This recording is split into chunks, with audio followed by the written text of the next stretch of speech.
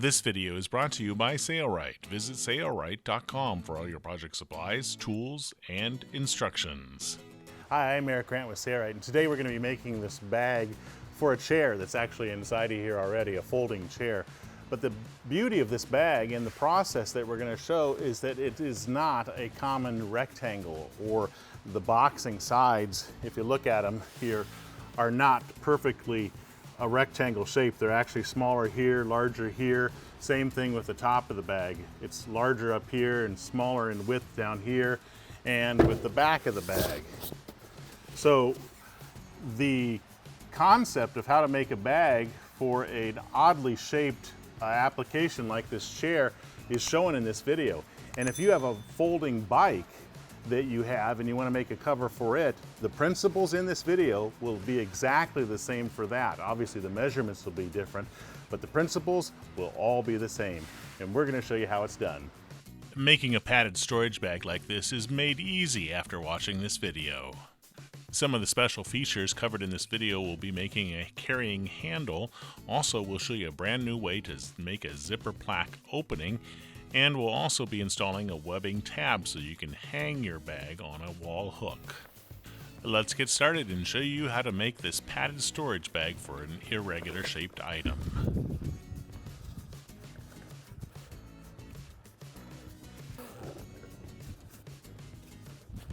There we go. The first step is measuring for the irregular shaped object. This is a gorgeous sling chair, and it folds up into an odd shape. Let me show you what it does. So you lift up here,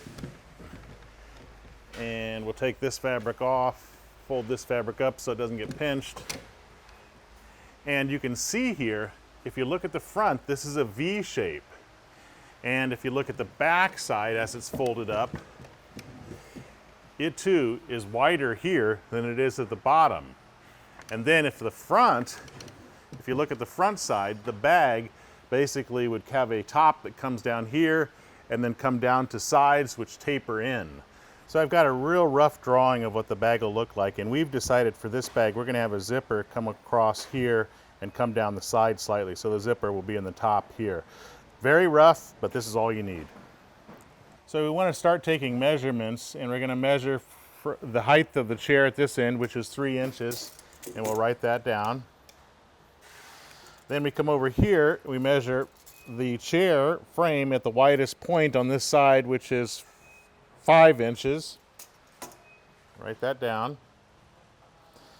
And then we measure the length on this side too, from edge to edge. Don't add any extra here. We're just measuring from edge to edge. So this is 27¼ inches. This is the furthest part out. Write that down. Okay, now we turn the chair and we start measuring the other sides. The bottom looks like it's a perfect rectangle. We're going to confirm that. 19 inches.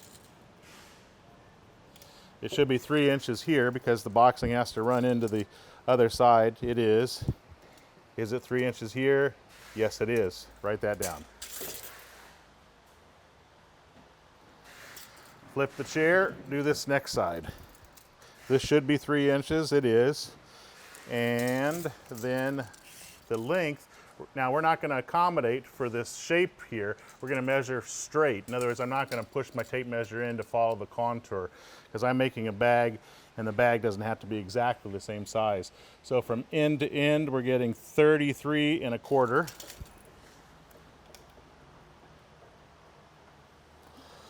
Then here at the top, we want to measure it, and we want to measure where it stops, not from the tabletop. So right here is where it stops. I'm going to try to do this for the camera. And that is 6 inches from here to here. Okay, now we're on to the top, and we will do it from this edge to the outer edge here, and that's 21½. So I'm measuring from here to here, 21½. Write that down. Here, this should be 6 inches, so it agrees with this one, and it is 6 inches. Okay, for this top boxing or banding, we don't want to measure this. That would be really silly. We want to measure here to the frame, which is the same as what we measured for this side, 5 inches. Okay, we also need to measure a diagonal for this top plate and bottom plate. And it doesn't matter if you measure this diagonal or this diagonal, but I like to measure the longest diagonal. So I'm going to measure from this corner to this corner, and I get 38.5.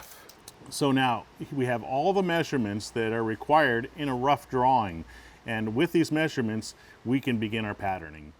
A carry bag will need seam allowance added and also extra wiggle room. We're going to do that So next. what I've done is I've taken these measurements and I made plates basically on a second piece of paper and transferred the measurements to the plates.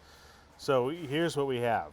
Every side, the plates are kind of to the size that we're going to be cutting out. They're not perfect, but that doesn't matter. What matters is your measurements. 6 inches, 6 inches, 3 inches, 3 inches, 3, 3, 5, 5, 21.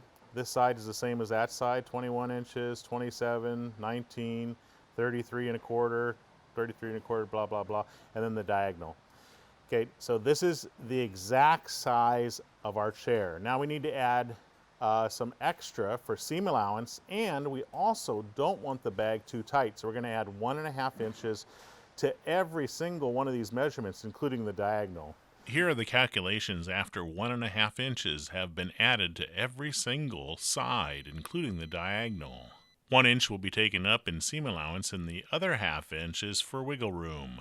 So after we have all these measurements, remember the zipper is going to go here along the top, but we want the zipper to come down the sides by about 2 inches here and 2 inches here to make it easier to insert and remove our chair. And because of that, we're going to make this top boxing a little bit longer, and we're going to make this side boxing a little bit shorter. And so that will actually move this 5-inch measurement to approximately this location here, which is basically 2 inches from this edge, and this 6-inch measurement 2 inches from this edge. So if going back to the chair, if you remember here, this is our 6 inches, and we're going to come down 2 inches, and 6 inches is still going to work. I mean, mathematically, this doesn't work when you make your panel longer, but you need this boxing width to be the same as this boxing width. And it's not going to fall right on the corner anymore. It's going to fall right about here. And 6 inches is going to work perfectly there. Now over here, this was 5 inches. And look at that, 5 inches is actually not at this location, it's actually 2 inches down, so that's going to work perfectly here too, to have this 5-inch boxing here and this 5-inch boxing stop or end here. Here are the calculations we just made, but we need to reduce the 2 side boxing pieces in length to accommodate for the zipper.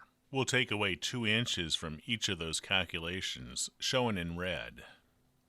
Here's a look ahead at our finished bag. You can see the zipper actually goes around the edges or the corners, so it makes it easier for us to insert our object or remove it. Next, we'll switch to the zipper plaque or the top. It needs to have width and length added to it. We're showing this addition in the green. Since we took away 2 inches for the side boxing on both sides, that's 4 extra inches for the length. So our new length measurement for the zipper plaque is 27 inches. Then to the width, we need to add the width of our actual zipper. We measured it and it's 1.25 inches. So we add that to the width measurements. You're probably saying, well, all of my measurements are completely different, which will always be the case. But the addition of the 1.5 inches for seam allowance and excess size are always going to be the same, and the subtractions, if you want the zipper to come around the edges like we show in this video, will always be the same, and the additions for the zipper plaque will always be the same unless you use a different width zipper. Ours is 1.25 inches, so you can do this too, even though your bag sizes are different. Now that we have those measurements, it's time to cut our fabric to size. Now we've chosen to use Soft Touch that's available from Sailrite. And Soft Touch has, this is a black color, we have other colors as well, a 100% polyester surface with an acrylic coating to help make it UV resistant. And then on the inside, as you can see here, this is 100% polyester and it's super soft. So it's phenomenal for cover applications on boats, for chairs, for teak tables, anything that you want to protect the application with a soft material like this, it's perfect for, and it's 11 ounces. We're going to start with the plate. That's probably the most difficult one because of its shape. We'll show you, we only need to pattern one, and we can use the first one as a pattern for the second. So let's start with this one. So the bottom edge, the bottom is 20.5 inches, and that's what we're going to start with along the edge of the fabric. Now I don't like to put my 20.5 inches all the way here because this has some shape. So I'm hopefully going to get the 20.5 inches far enough from this edge that we can accommodate for any angle of the next side.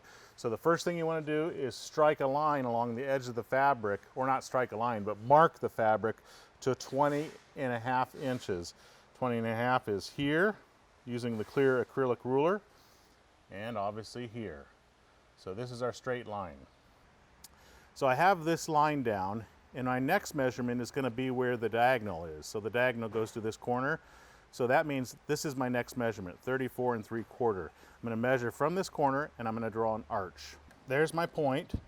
34 3/4 would be right there. So I'm going to hold this with my finger.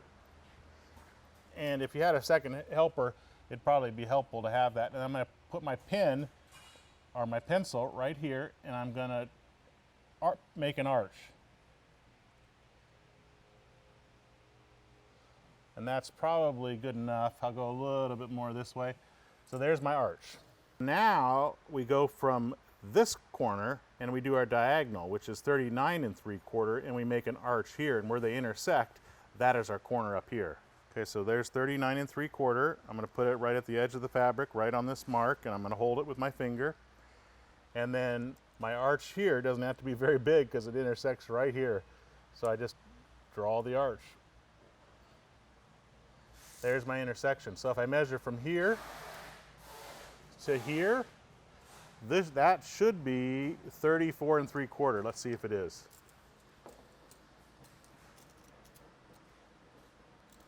Look at that. 34 3/4 on the dot. That's perfect. Okay, doing it this way, we know that it's correct. So I'm going to go ahead and strike my line here. I'm using the Scriball black pencil here, which works perfectly on this soft polyester backing. So to find this corner, we're going to measure up here 28 3/4 for us, and we're going to draw an arch. Then we'll measure from this corner the 23 inches, and we'll draw an arch, and where they intersect, that's where that corner is. So first let's do this one, 28 3/4. Okay, 28 3/4 at this mark that we made, right there, and draw an arch. Whoa.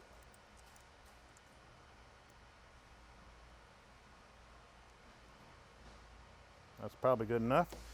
And then this top one was 23. So we're gonna go to 23 here. Put it on our dot there.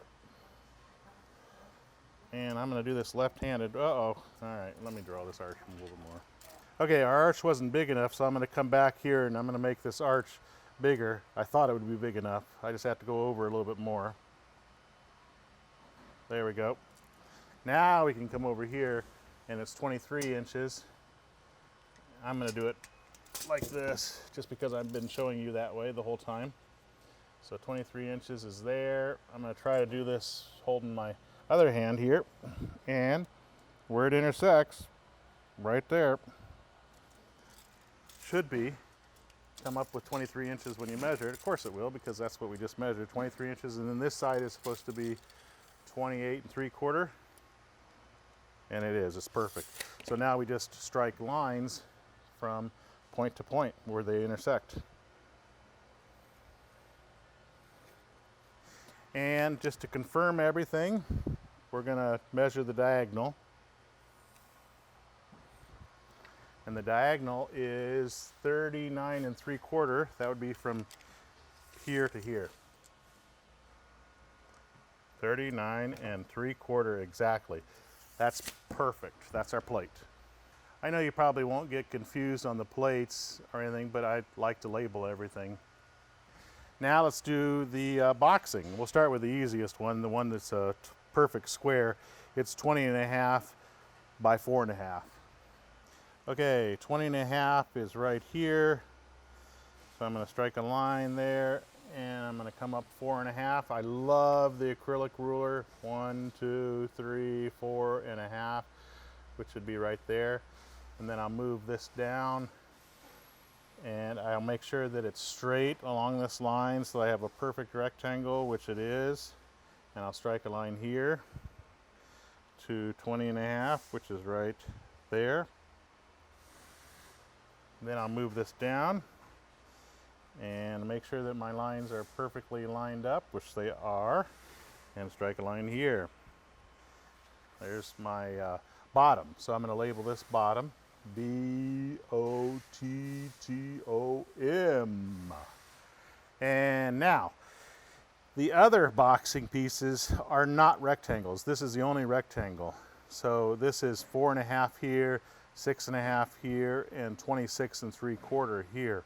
So how do you do that? Okay, so this is 6 from here. We need to add a 1/2 inch to that. So I'm just going to move the clear acrylic ruler a 1/2 inch over and make sure that it's straight on that line. So this is my 6.5 inches, okay? So now we need to find the center of that. I can just kind of put it in the center here, and I know exactly where that is at 3 inches here. And what I'll do is I'll put a faint line going down, making sure that it's straight, all the way down here, kind of just at the bottom edge. I'll do a little bit of a faint line down here.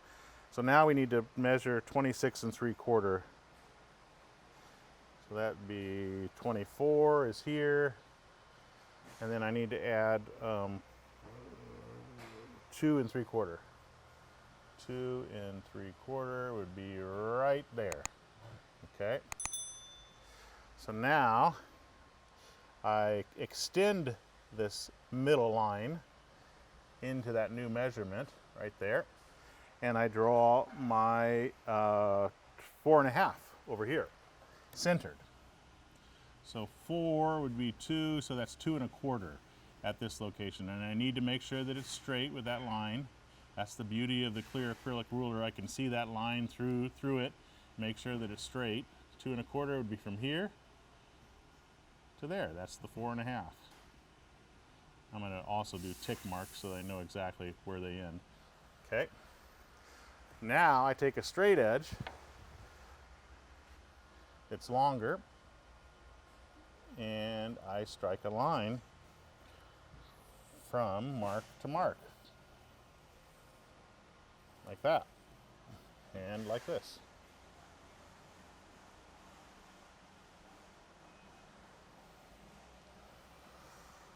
All right, so what boxing piece is that? That is one of the sides, and I'm just going to label it a side.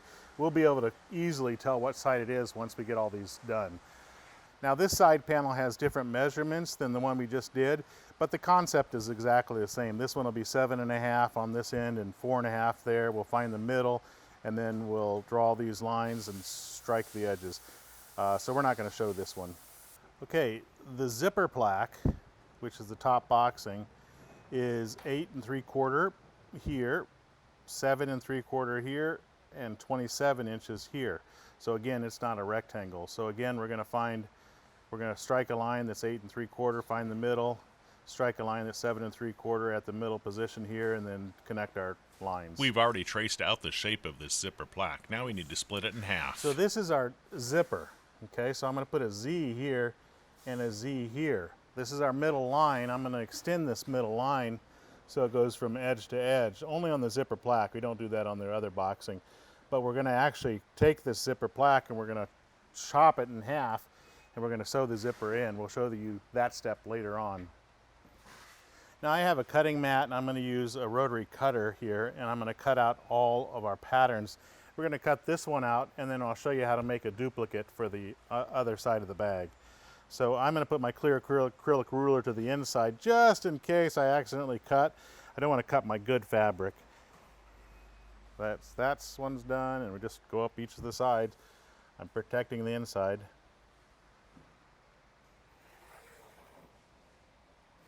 So we have this plate cut out. We need a second one. We can just flip it. It must be flipped and try to nest it to save as much fabric as possible. And then all we need to do is trim around it to create our second piece.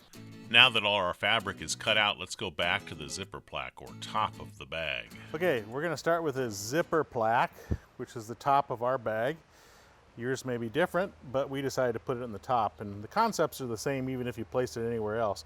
We're going to take that line that we struck in the center, and we're going to use our rotary cutter and cut along that line, separating it into equal halves.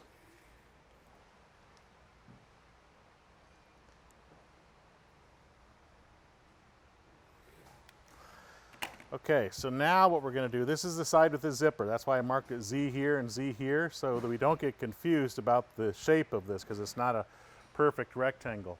What we'll do is we'll take our zipper, this is a number 5 Vislon zipper, available at Sailrite, and we will place it so that it's right up against the edge of the fabric here, the side that we just cut. And we will take our scribe ball pencil and mark it right along the side of the zipper. Okay, we'll do the same thing with this one. Mark it here. Now what we're going to do is we're going to strike a line. This is a great way to make a zipper plaque. So that line is 1 1/4 inches from the edge of the fabric. Same width as our zipper, so I'm using the clear acrylic ruler to make sure that the line is straight. And we strike a line down the full length, and we'll do that on both pieces. We're going to take our 1/4 inch seam stick for canvas and upholstery, and we're going to place it very close to the raw edge that we just cut on, probably an 1/8 inch away from that edge. We're going to do that on this piece, and we're going to just break the seam stick. I like to always just put my finger down and then rip instead of cutting, because it's a lot faster, and it's also easier to peel off the transfer paper than using your scissors and cutting it, because you have kind of a raw edge. You can see here I have kind of a raw edge. If I use scissors, it's a little bit harder to grab the transfer paper.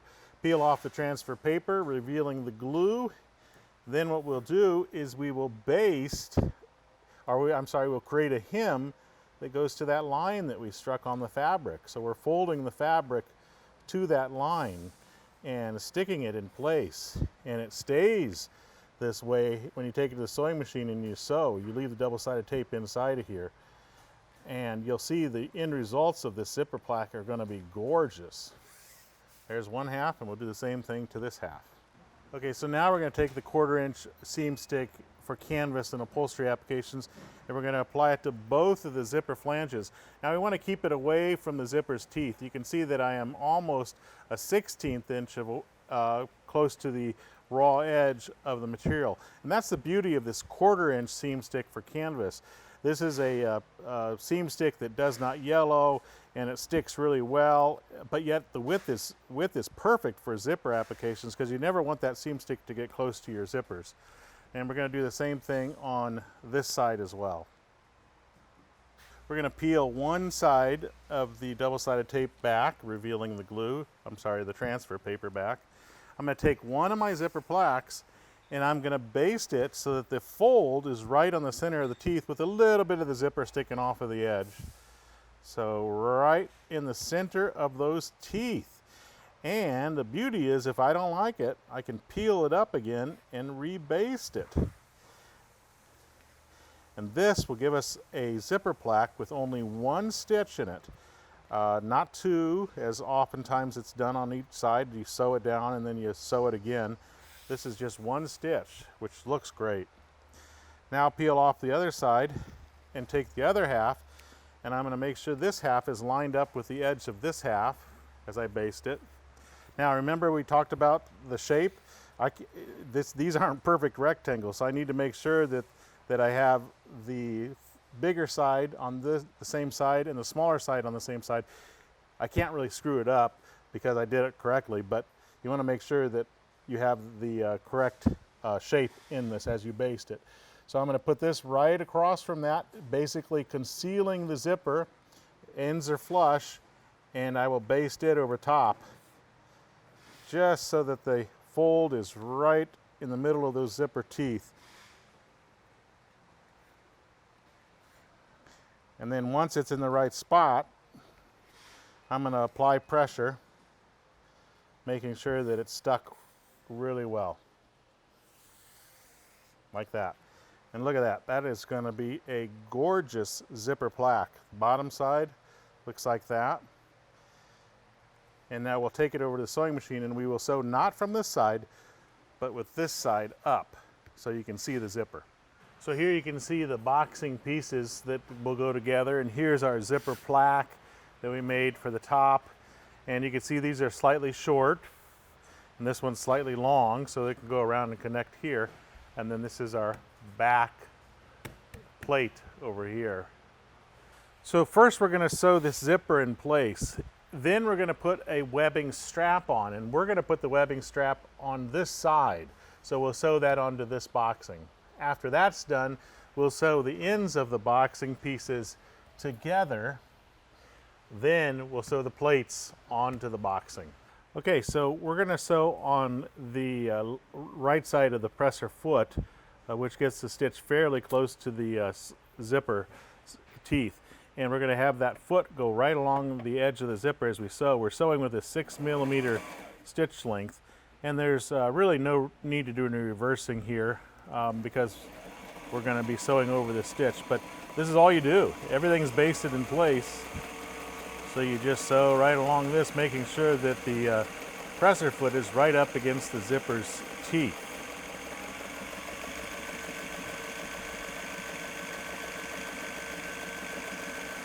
And I'll sew off of it a little bit into the excess zipper that I have. Okay, so there's one side. Now, I always want to sew the second side on the same side of the presser foot. That way, I am assured that the stitch distance from the teeth are the same, because the other side of the presser foot is a little bit bigger. So I'm going to start right here. We're on the right side of the presser foot, and we'll follow that same procedure. Look how fast it is sewing like this. Super fast. Super easy. How gorgeous is that? That's beautifully done. There's one stitch, and we have a fold that's hiding the zipper's teeth. And here's what the other side looks like. Just a real easy way to make a zipper for a bag or even a cushion. So we're going to stick the fat end over the teeth, starting them evenly from side to side. Now this looks difficult, but it's really not. So now the sides are pretty much even, and you just pull the slider in, and then you make sure that your fabric is just about even. It's not perfect. You can see it's off there probably by a 1/16 of an inch, but that is good enough. If it's off more, you want to reinstall the slider. I'm going to pull the slider to the middle position and leave it there. The zipper plaque boxing is ready. Now it's time to add the carrying handle. We're going to use polypropylene 2-inch webbing, and you've got this unraveling going on.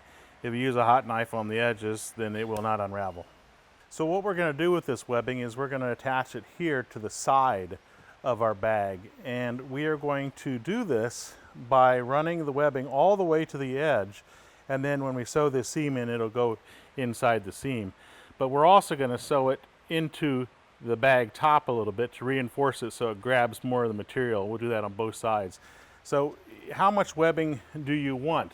Now this is a handle for us. So because of that, what I like to do is I like to lay the webbing on the length of my boxing strip, and then I like to mark it here, and then I typically like to go an inch and a half beyond that. So right about here, and then this basically would be my excess webbing. So if I draw it into the webbing here, and if I hold it tight, and if I draw this in, that gives me that much slop, which isn't a lot, but you don't need a lot for a handle. So typically 1 inch extra is enough. But this is totally up to preference. If you want more of a handle, or if you want a shoulder strap, then you would add whatever excess you want. So you'll have to figure that out for yourself. For us, we wanted to hand hold, so we're going to go an extra inch. Now, we don't use the serrate edge hot knife when we're cutting the soft touch fabric. Its edges don't typically unravel. But if you need a great hot knife, the serrate edge hot knife, we carry it in a cordless version, which is awesome. We just used that, or a corded version, and we're cutting on the serrate tempered cutting glass for hot knife, which makes a nice smooth surface so it's easy to cut and also doesn't damage your tabletop and transfers all the heat to the actual cut. If you don't have a hot knife, you can cut this with scissors, and then you could use a wood burning tool or even a lighter to melt the ends of the webbing. Now I'm using the white scriball pencil here. I have decided that I'm going to sew in up to about 4 inches here. So I'm going to mark the webbing at 4 inches. That way I know where I'm going to seam it. And I'm going to do the same thing over here at 4 inches. So now I'm going to take double-sided tape and I'm going to baste down both long edges of this so I can secure it to my application, which makes it easier for sewing. Whoops, those white marks are on the wrong side. I won't be able to see them when I sew, so I'll transfer them to the opposite side. And we want to baste it to the center position of this. So I'm going to fold this in half, and I'm going to mark where the center is, basically on that fold like this. And I'll do that on the other side as well. So that's my center position. So I'm going to center the webbing right there and butt it up to the edge. Make sure it looks straight and baste that down. We'll do that same thing over here. Okay, I marked 4 inches so that we know exactly where we're going to stop sewing, and I did it over here as well at 4 inches from the edge. And I'm going to flip this over. I like to reinforce where I'm going to be sewing with an extra scrap piece of fabric, so I'm going to baste this at the 2 ends so that I sew through 2 layers of the fabric when I sew the webbing in place. This is just some scrap fabric that I have of the same material. No one's going to see this. It's going to be on the inside of the bag. Okay, I'm going to sew a box X stitch, and the first thing I'm going to do is I'm going to reduce my stitch length to about 4 millimeters right there. And I'm going to do the same thing with the reverse. Now we're going to sew this box X stitch shown in double time. We'll start here at our mark and do some reversing. We'll sew across. Then we will bury the needle and rotate the assembly and sew 1 stitch down and sew across again. Now we'll sew diagonally. We buried the needle, lifted our foot, and turned our assembly and lowered our foot to sew to this corner. We'll do the same. Bury the needle, lift the foot, lower the foot, and sew across again. We'll bury the needle, then rotate the assembly, lower the foot, and sew diagonally to the opposite corner.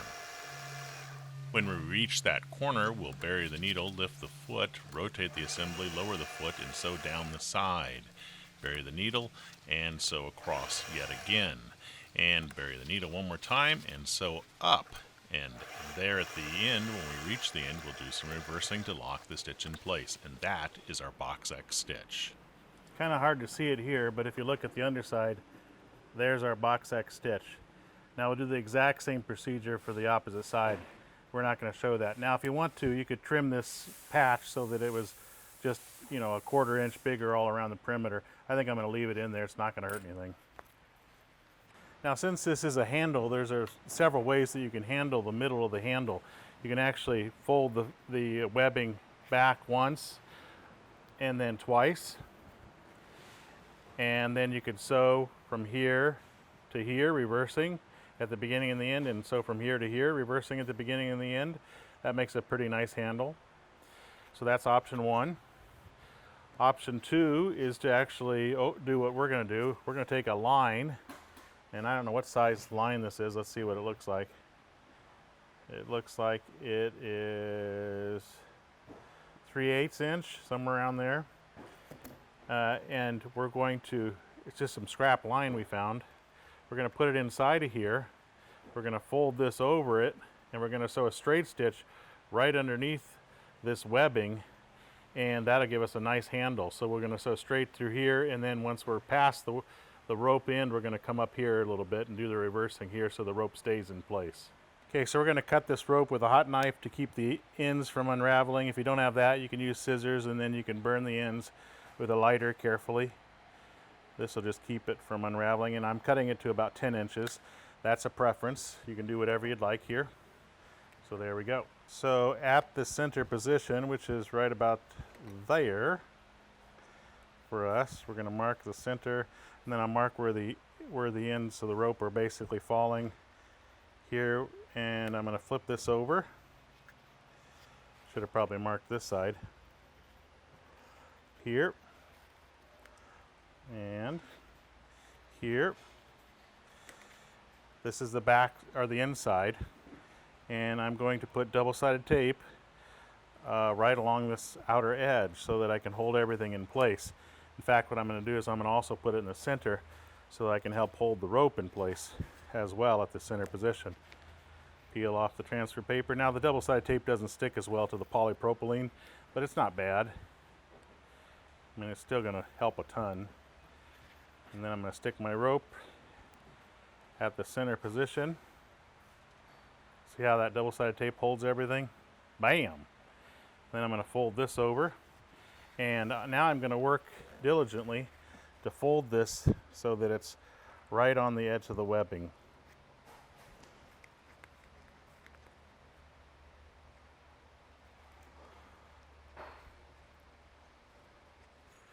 Okay, I put a roping zipper foot left in, meaning there's no foot on the right. And there's the end of my rope. So what I'm going to do is I'm going to sew basically down catty corner to encase that rope and keep it closed. So like that. And start sewing. Do some reversing.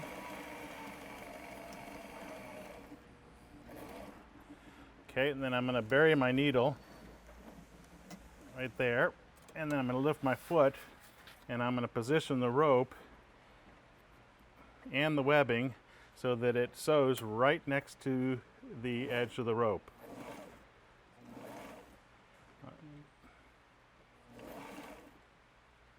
And make sure that my webbing is folded directly in half, which it is.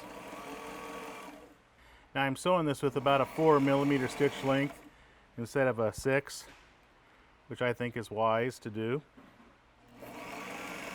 Now I'm coming to the end of the rope here. Right here I could feel it. I'm going to sew a little teeny bit past it, bury the needle, lift my foot, and kind of pivot so that I can enclose the end of the rope and do some reversing. And that should do it. Look at that. That's pretty nifty. Now it's time to sew the boxing or banding together at the ends. So now you've got to look at your drawing and confirm that you have every one of these panels facing in the right direction. Remember, they all have a specific shape. This is a bigger side over here than it is down there. This is bigger, that's smaller, this is smaller, this is bigger. So I have to orientate these according to this panel correctly. Otherwise you're going to sew these all together and they're going to be a mess. So we have it orientated correctly, so now all we have to do is take each boxing piece and sew them together. So this edge goes with this edge so that outside surfaces are facing each other. So sewing on just like that. So we have the zipper plaque to this plaque, and we line up the edges so that they are directly on top of each other, and we sew a 1/2 inch from the raw edge. Make sure it's a 1/2 inch. I've got it on my needle plate. And do some reversing at the beginning. Now when you get to the zipper, what you should do is put a piece of fabric over that to create a stop. So here's our scrap piece. We'll just fold it in half, just like that. We'll lay it over top of our teeth, and we will sew right over it. Be careful when you sew over your teeth that you don't deflect the needle. That's the only thing you got to be careful about.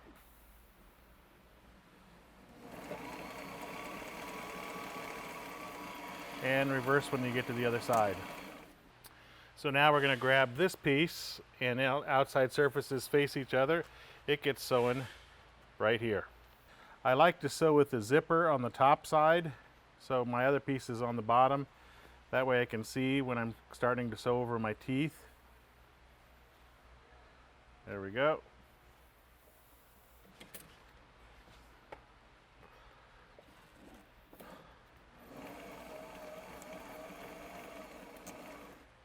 Take a fold again and fold over, sew it over the teeth.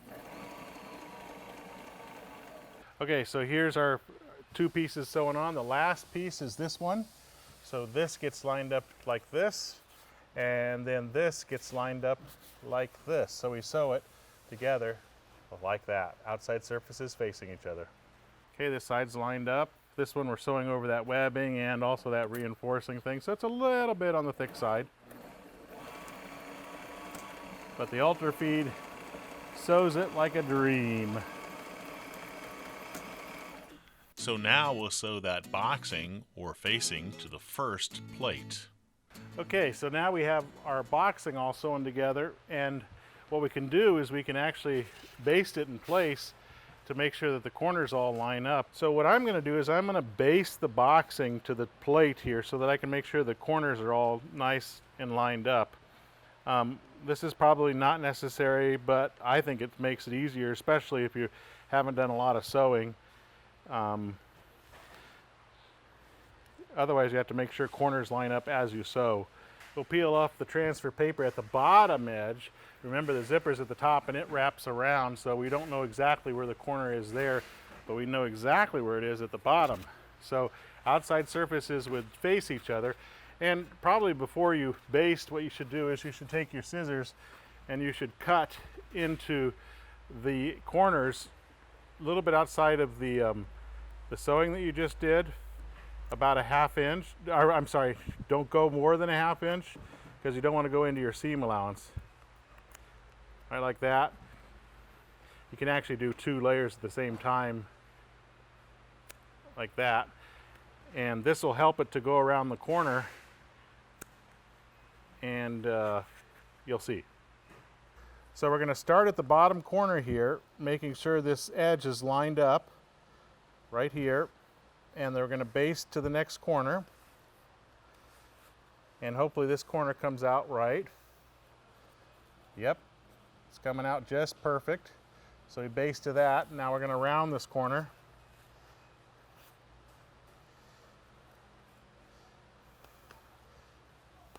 And baste up here. Now we won't know the corner up here by the zipper because remember, the zipper plaque actually goes around the corner. So as we peel off the transfer paper, revealing the glue, we'll continue to baste up. Now what I'm going to do is I'm going to stop at this spot right here and start basting from this side, going up to that same location. Okay, we basted up to this point on both sides. Now I cut relief notches in here thinking this is the corner here, you know, a notch here and a notch here so it can go around the corner, but we're not going around the corner, so that was not necessary. So what I do is I baste here to this corner, and this is where I need to have a notch because that's where it's going to wrap around the corner. So I know that I need to go in no deeper than a ½ inch at that corner.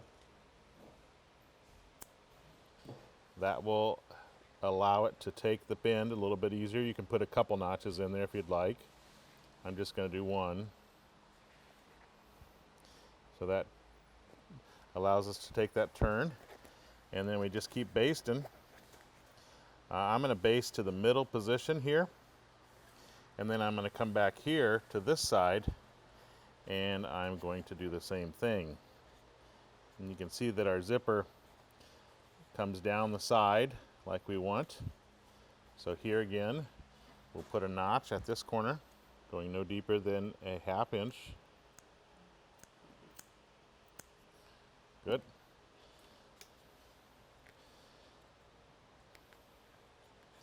Notch is not in the best spot. I'm going to do one more.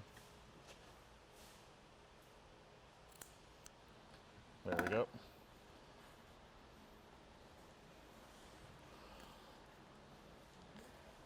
So now we're around that corner, and hopefully we have about the perfect amount of fabric without many wrinkles, and it looks like we do. Everything is nice and flat. So our measurements were just about perfect for this application, and we will sew this around the perimeter.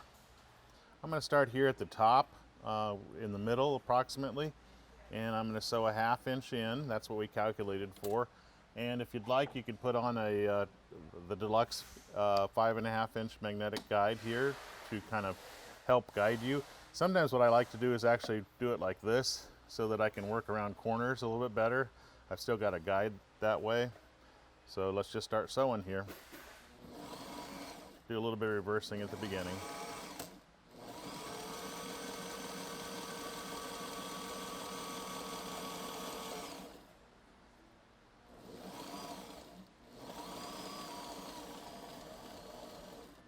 When I reach the corner, I'm going to bury my needle at that corner, lift my foot, pivot my assembly, making sure that I don't sew any wrinkles into it, lower my foot, and sew around this corner.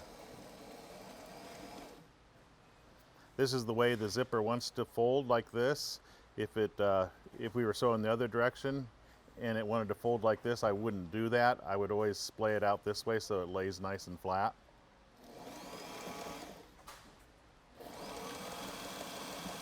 Okay, we'll just keep sewing around the perimeter like this. Here we're coming to one more corner. I'm going to bury my needle at the stitch right there. I'm going to lift my foot, roll the assembly around. I'm going to push this back, lower my foot. Don't forget to lower your foot, otherwise you'll cause sewing problems. Sew up the other side. Okay, I'm coming up to this other zipper here. Now, what I meant previously is that I would not want to have it fold this way because it just naturally doesn't want to go that way. So I'm going to fold this forward, even though it doesn't seem natural. I'm going to fold it forward and sew over it so that it lays naturally like it wants to.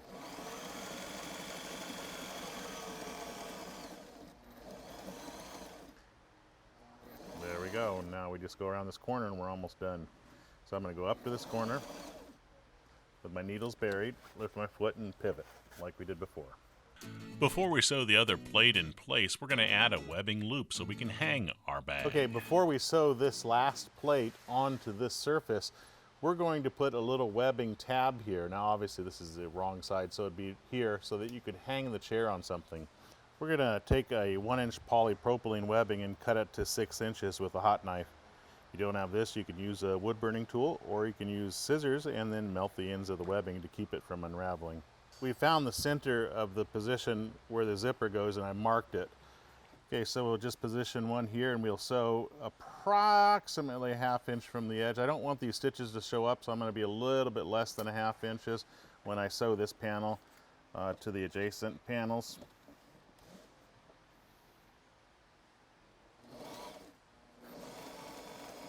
Do a little bit of reversing here. And then we'll carry this up and we will sew it on just like this at the same distance from the center position, so we have a loop in the center.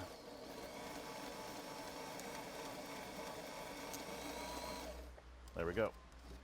Now that webbing loop will be secured more when we sew the second plate in place. That's what we're going to do next. We're going to use the 1/4 inch Seamstick for canvas and upholstery applications and base around the perimeter of this plate, just like we did with the first one.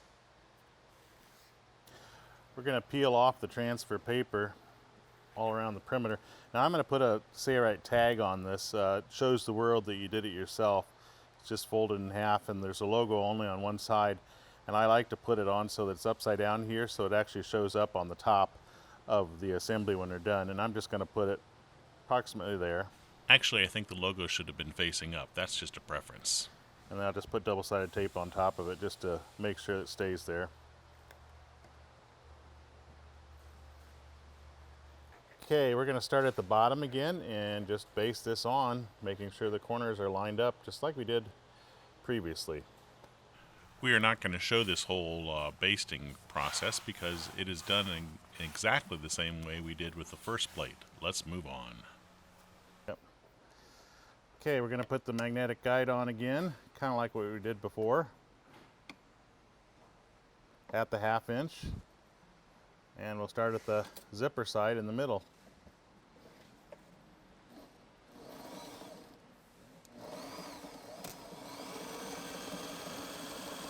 Same process.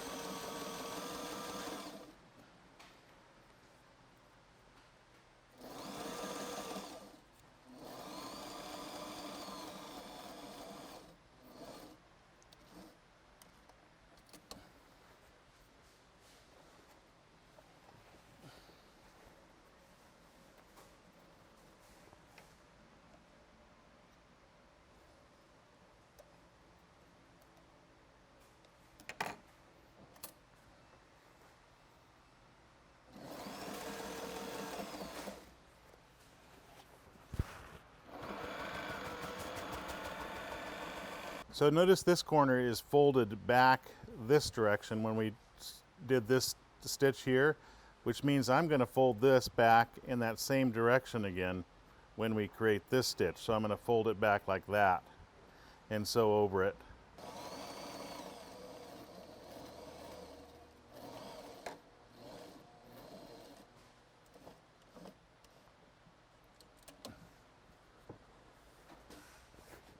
Now the webbing's right here, and so here's where I started sewing, but I'm actually going to sew over this webbing, making sure that that handle stays in place. You can see it there. It's actually not the handle, it's actually the loop, so we can hang the bag on a hook. So there's the webbing. I'm actually going to do some extra reversing in that. I'm not reversing in the bag, I'm actually reversing into the flange. I know that seems like a lot, but I would rather it be reinforced well. So here we're doing the second strip.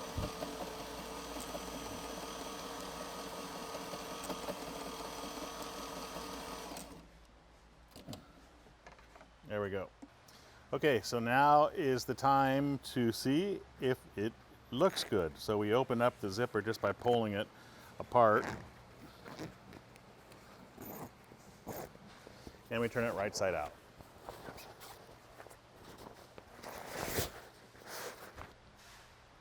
Okay, this webbing tab that is used to hang the chair on, it's been stitched pretty well here, but it's only going through 2 layers of fabric. So what I could do is I can do a top stitch here, going through this, which will give it a 3rd layer of fabric, and I'm just going to do reversing here and here. Okay, so here's the 1/2 inch tail. We want that 1/2 inch tail to be folded down so that we sew through the tail. Do a little bit of reversing, being careful to be neat.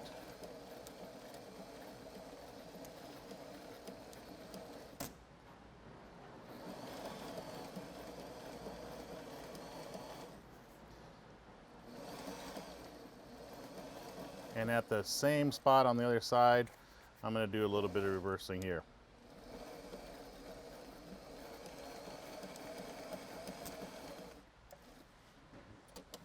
There we go. Then we'll trim these threads up, but that basically gives us a little bit more strength for this application. And you can see that we've sewn through the tail here as well. If you'd like to, you can actually use the Sailrite thread burner and touch the ends of the thread, and that melts them and makes a nice finished look. Now, you'd never want to get this close to the bag because it would probably melt it as well, but for cutting threads and making the thread end look great, it works wonderfully. Okay, we're done with our bags, and we fold up our chair, and we can insert it in the bag.